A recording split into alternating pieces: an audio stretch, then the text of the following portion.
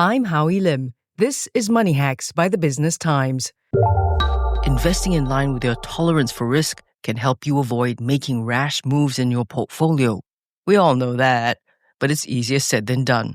I feel as though our stomachs have been in free fall for a number of years now, and we should add market volatility to the old adage that the only constants in life are death and taxes. Okay, enough doom and gloom. We have expert help. Welcome to Money Hacks, a podcast series by the Business Times, where we explore useful financial tips to help you on your money managing and wealth growing journey. I'm Howie Lim. And helping us out today, Laura Cooper, Head of Macro Credit and Global Investment Strategist at Nuveen, and Head of Investment at Providend, Cheng Chye Hsern. Thanks, Howie. Thanks for inviting me. Macro trends in Asia right now, especially if you look at what's going on in the world. Asia is still a highly export-dependent economy. I guess overall, if you look at Asia Pac for most part, one of the key things to affect macro here will be the tariffs that the US is raising across all its trading partners, because US is the largest export market for Asia. Almost without a doubt, most final leg exports usually end up in the US. I mean, there's a lot of intra-Asia trade, obviously, but when it comes down to it, most of it is maybe intermediate goods being manufactured and finished, and then after that being exported for the US market.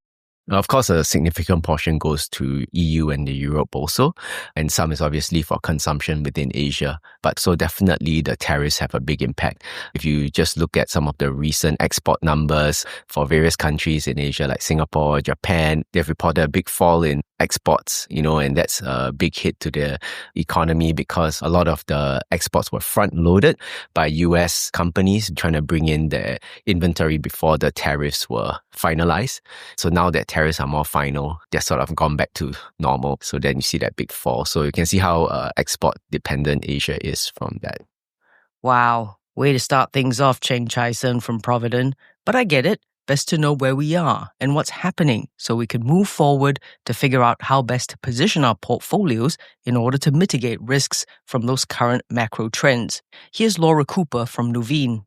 Two really key components of what the global trends, how they feed into Asia. The first is on the inflation front. Yes, there could be upward inflation pressures in the US. We're seeing deflationary pressures come through in China. And as China perhaps has to diversify their exports away from the US because of the trade backdrop to other markets, perhaps the flooding of those goods elsewhere could actually be disinflationary in other key pockets of Asia. And I think that's something to watch for. The other component is around the geopolitical backdrop. So US-China trade, we have yet to see a deal being confirmed. There's a lot of uncertainty there. But despite that, we are seeing China's, relatively still constructive outlook for the second half of the year. We aren't seeing these bouts of volatility in terms of Asian markets on the back of this trade uncertainty. I think they're still keeping open quite attractive opportunities despite the uncertainty that does stem from that ongoing trade lack of clarity, I would say. Lovely.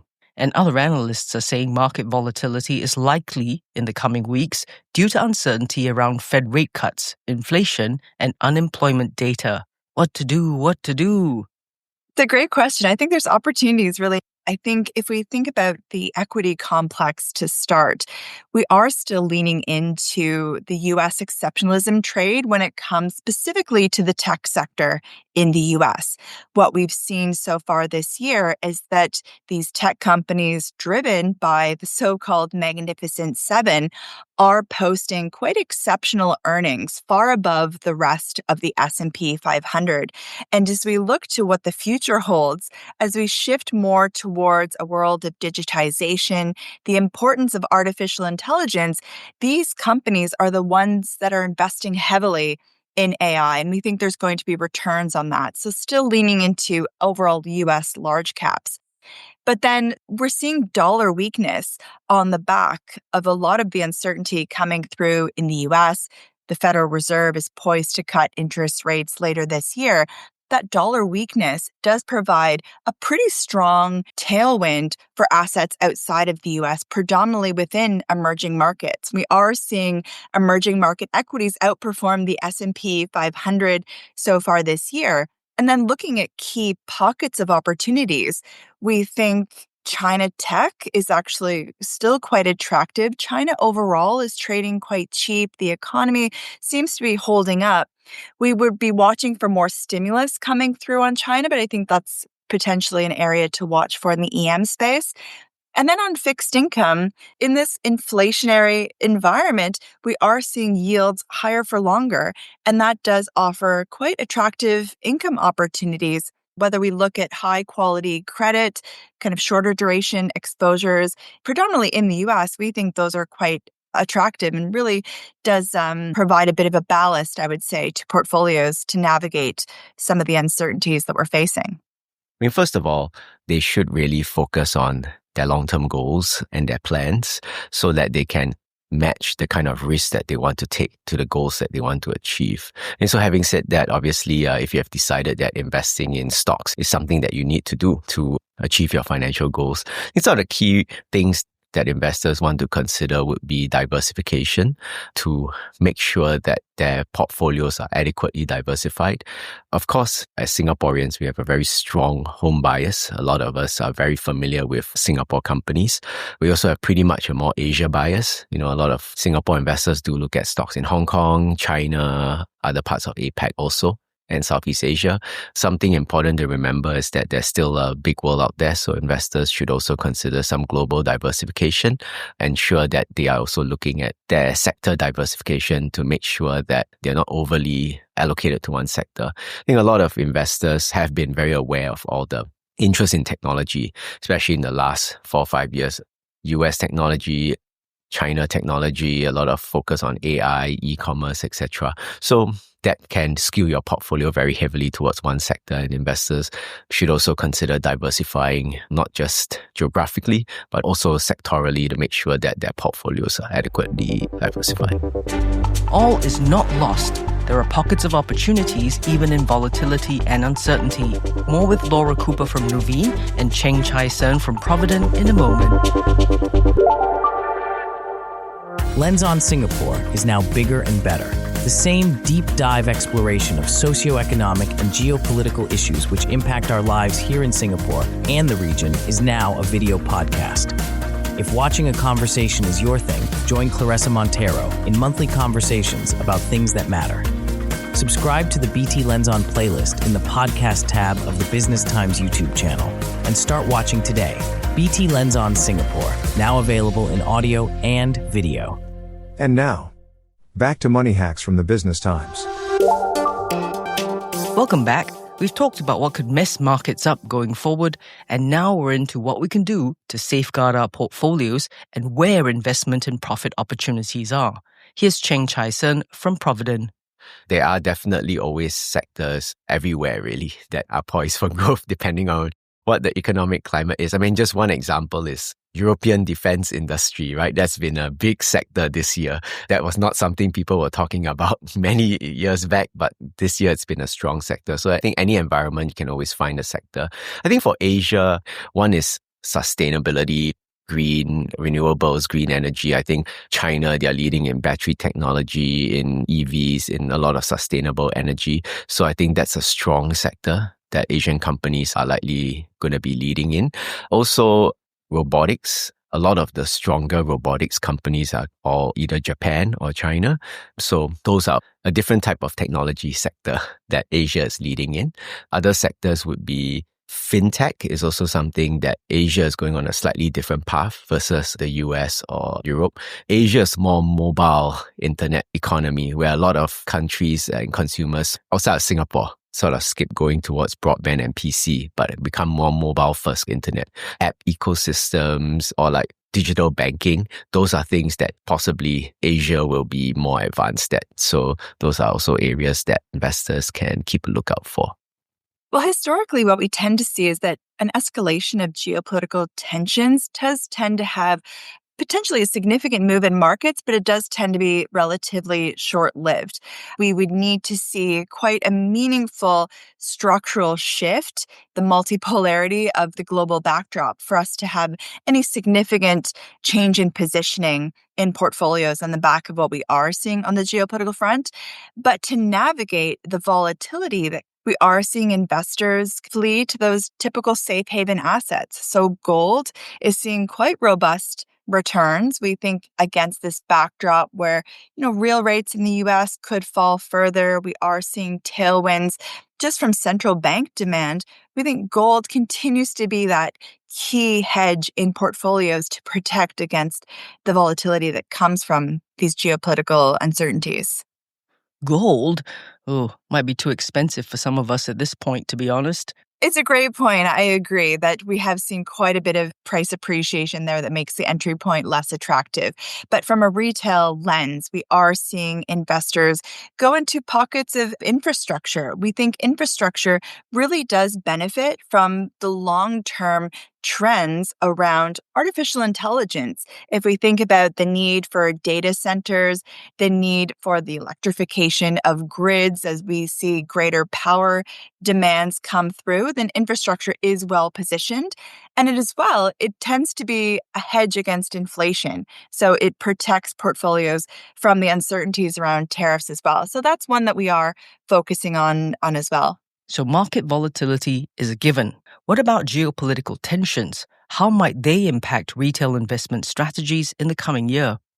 One of the things that's been on the mind of investors so far this year, at least, is really about the US dollar, whether or not the US dollar will continue to maintain its reserve status.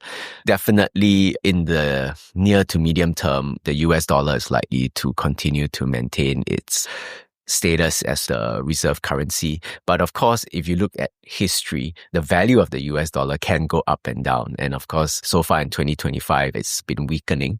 This is something that investors need to keep in mind when deciding future allocations for their portfolios, because investing in a US asset, even though it might return, say, for example, S&P 500 returned 10% so far this year in US dollars.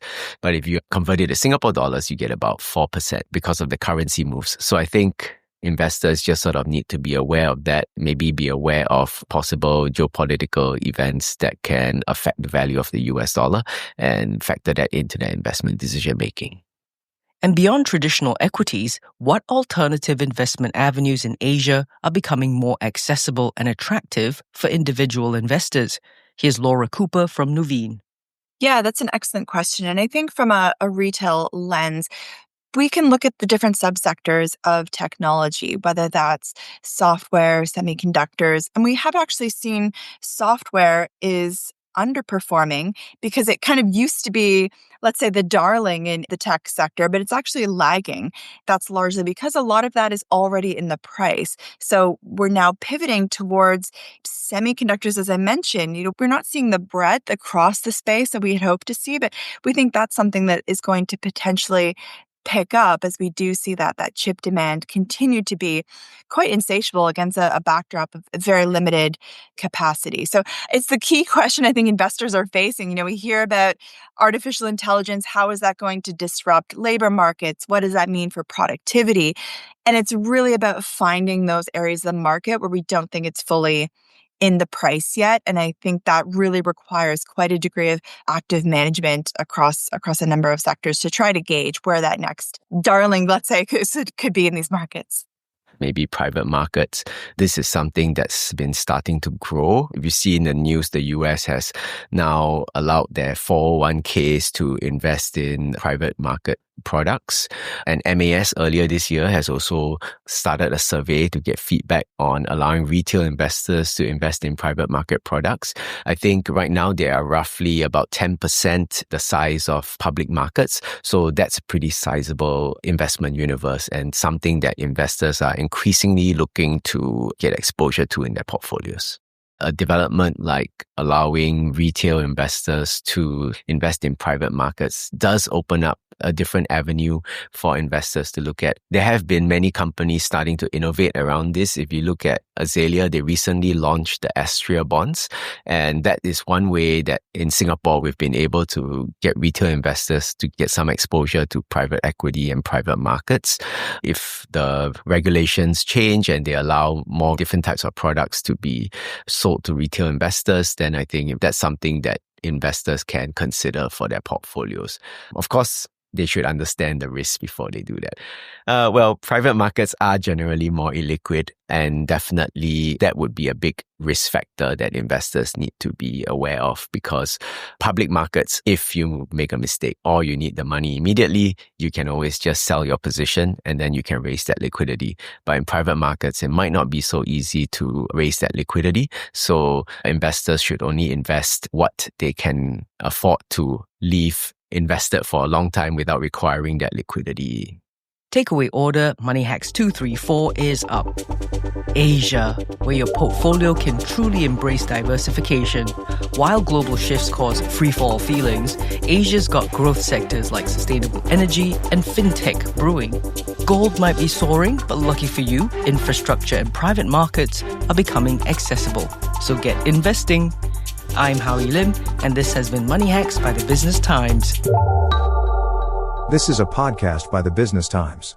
Find more BT podcasts at businesstimes.com.sg/podcasts or wherever you get your podcasts. This podcast is meant to provide general information only. SPH Media accepts no liability for loss arising from any reliance on the podcast or use of third parties' products and services. Please consult professional advisors for independent advice.